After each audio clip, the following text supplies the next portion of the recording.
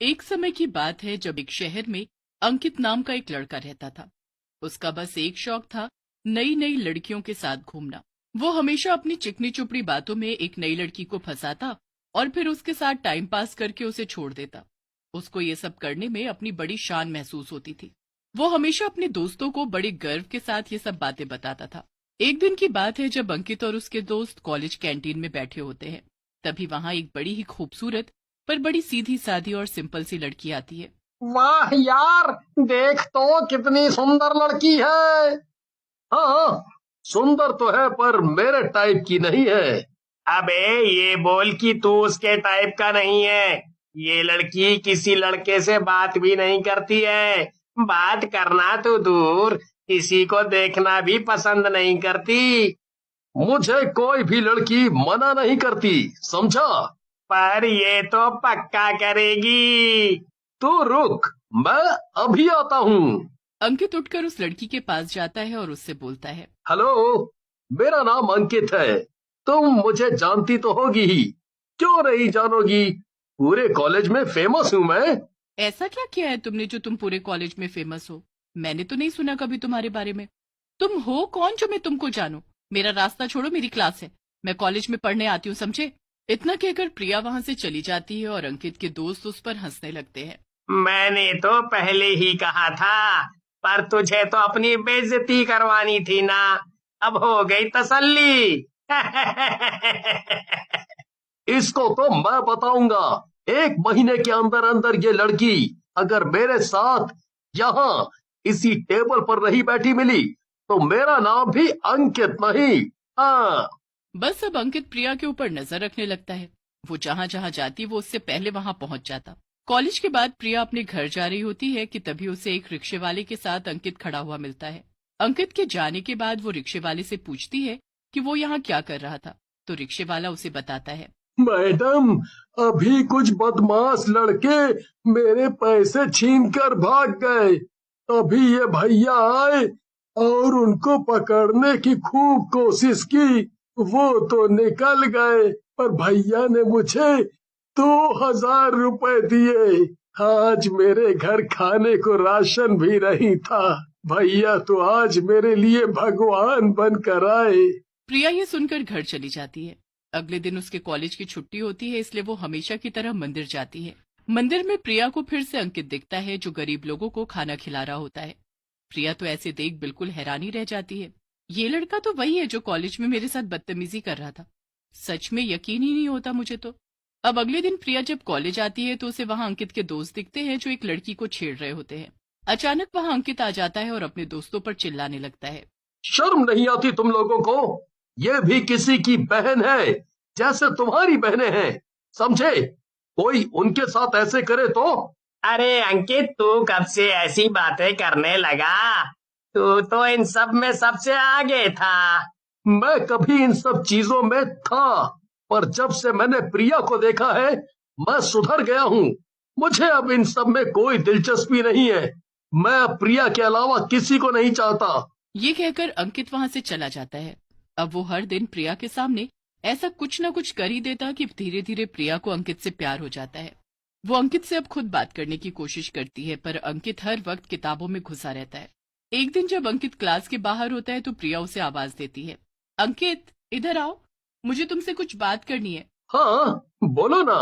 यहाँ नहीं, कैंटीन में चलते हैं ना, मुझे बहुत भूख भी लगी है। अंकित और प्रिया दोनों कैंटीन में जाकर बैठ जाते हैं और फिर वहां प्रिया अंकित से अपने प्यार का इजहार करती है।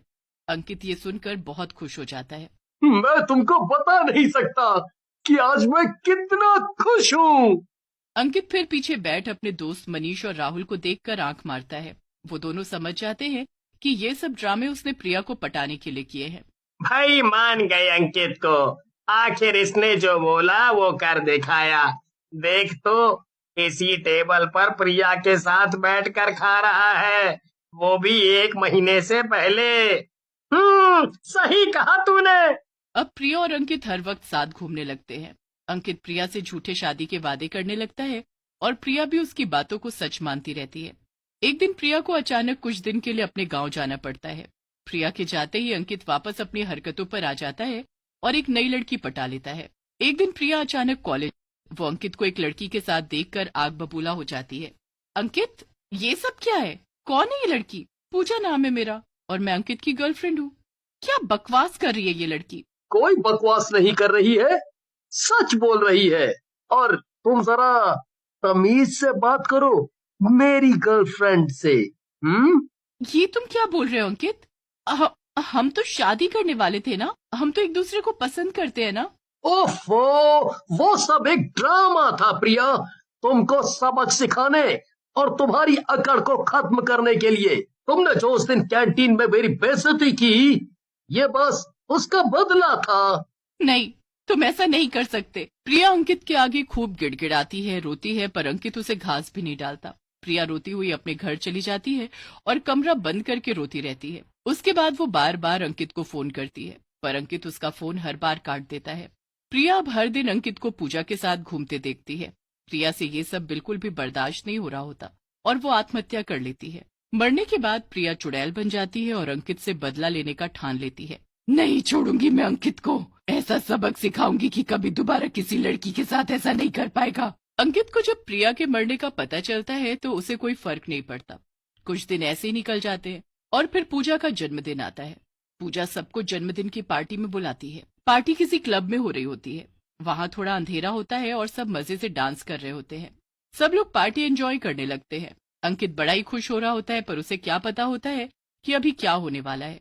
पूजा और अंकित डांस करने लगते हैं। अंधेरे में पूजा का चेहरा एक पल के लिए चुड़ैल में बदल जाता है। अंकित ये देखकर एकदम डर जाता है और पूजा को पीछे धक्का दे देता है। चुड़ैल, चुड़ैल! अंकित, तुम अपनी गर्लफ्रेंड को ऐसे कैसे बोल सकते हो? ये क्या बोली जा रहे हो? पागल पागल हो गए हो क्या? लगता है अब इसका तुमसे मन भर गया है, इसीलिए तुम अब इसे चुड़ैल दिख रही हो। इसका क्या मन भरेगा मुझसे? अब तो मैं ही इसे छोड़ देती हूँ। जाओ, निकल जाओ मेरी पार्टी से, दोबारा अपनी शक्ल मत दिखाना। पूजा बड़ी बेइज्जती करके अंकित को वहां से भगा देती है। कुछ दिन बाद अंकित फिर वैसे ही हो जाता है। वो लड़कियों के आगे पीछे घूम रहा होता है। अब उसे कॉलेज में मनीषा नाम की लड़की पसंद आ जाती है। मनीषा जैसे ही कॉलेज आती है, अंकित उसके पास भागता है। मनीषा बहुत ही ज्यादा अमीर होती है, इसलिए वो अंकित को भाव भी नहीं देती, पर अंकित तो उसको पटाने के लिए उसके आगे पीछे घूमने लगता है। आखिरकार वो मनीषा को पटा ही लेता है और एक दिन दोनों कैंटीन में कुछ खा रहे होते हैं। अंकित मनीषा की तरफ देख ही रहा होता है कि मनीषा एक चुड़ैल में बदल जाती है। मुझे अपने हाथों से खिलाओ ना अंकित। चुड़ैल, चुड़ैल! बचाओ, बचाओ! ये क्या बदतमीजी है? तुम मुझे चुड़ैल बोल रहे हो? मनीषा गुस्से में आकर अंकित को एक थप्पड़ मारकर वहां से चली जाती है। सब लोग अंकित पर जोर जोर से हंसने लगते हैं, पर अंकित की हालत बहुत बुरी हो रखी होती है। अरे भाई, क्या हो गया है तुझे? हर किसी लड़की को तू चुड़ैल चुड़ैल बोल रहा है। मैं कोई झूठ नहीं बोल रहा। उस दिन वो पूजा चुड़ैल में बदल गई और आज ये मैं झूठ नहीं बोल रहा हूँ। अब कॉलेज के बाद अंकित को एक लड़की अपनी गाड़ी के बाहर खड़ी दिखती है। अंकित जल्दी से उसके पास जाता है। हेलो, क्या आप मेरी मदद करेंगे? मेरी गाड़ी स्टार्ट नहीं हो रही है। वैसे आपको कहाँ जाना है? मेरे पास गाड़ी है, मैं आपको पहुंचा दूंगा, अगर आपको बुरा ना लगे तो। हाँ, बिल्कुल, आप ले आओ अपनी गाड़ी। अंकित मनीषा को अपनी गाड़ी में बिठा लेता है। रास्ते में जब अंकित मनीषा की तरफ देखता है तो मनीषा एक चुड़ैल में बदल चुकी होती है। अंकित को कोई होश नहीं रहता और वो गाड़ी सीधा एक पेड़ से टकरा देता है। उसके सर में बहुत चोट आती है। मैं तुझे कैसे छोड़ सकती हूँ? जहाँ जहाँ तू जाएगा मुझे ही पाएगा। आखिर मैं तेरी गर्लफ्रेंड जो हूँ। मुझे छोड़ दो, मुझे छोड़ दो। इतना कहकर अंकित बेहोश हो जाता है और सीधा हॉस्पिटल में जाकर उसे होश आता है। हॉस्पिटल में नर्स उसे इंजेक्शन देने आती है तो उसे नर्स में भी चुड़ैल दिखने लगती है। चुड़ैल नहीं, मैं तो तुम्हारी गर्लफ्रेंड हूँ अंकित। अंकित जोर जोर से चिल्लाने लगता है। नर्स जबरदस्ती अंकित को इंजेक्शन लगा देती है। अब अंकित को बार बार वही चुड़ैल दिखने लगती है। क्यों कर रही हो तुम मेरे साथ ऐसा? बताओ मुझे, क्या बिगाड़ा है मैंने तुम्हारा? अच्छा, तो तुमको ये जानना है? मैं प्रिया हूँ। प्रिया, याद करो तुमने मेरे साथ क्या किया था। मैं तुमसे प्यार करती थी और तुमने मुझे छोड़ दिया। तुम्हारी वजह से मैंने आत्महत्या कर ली थी, पर तुमको कोई फर्क नहीं पड़ा। अब याद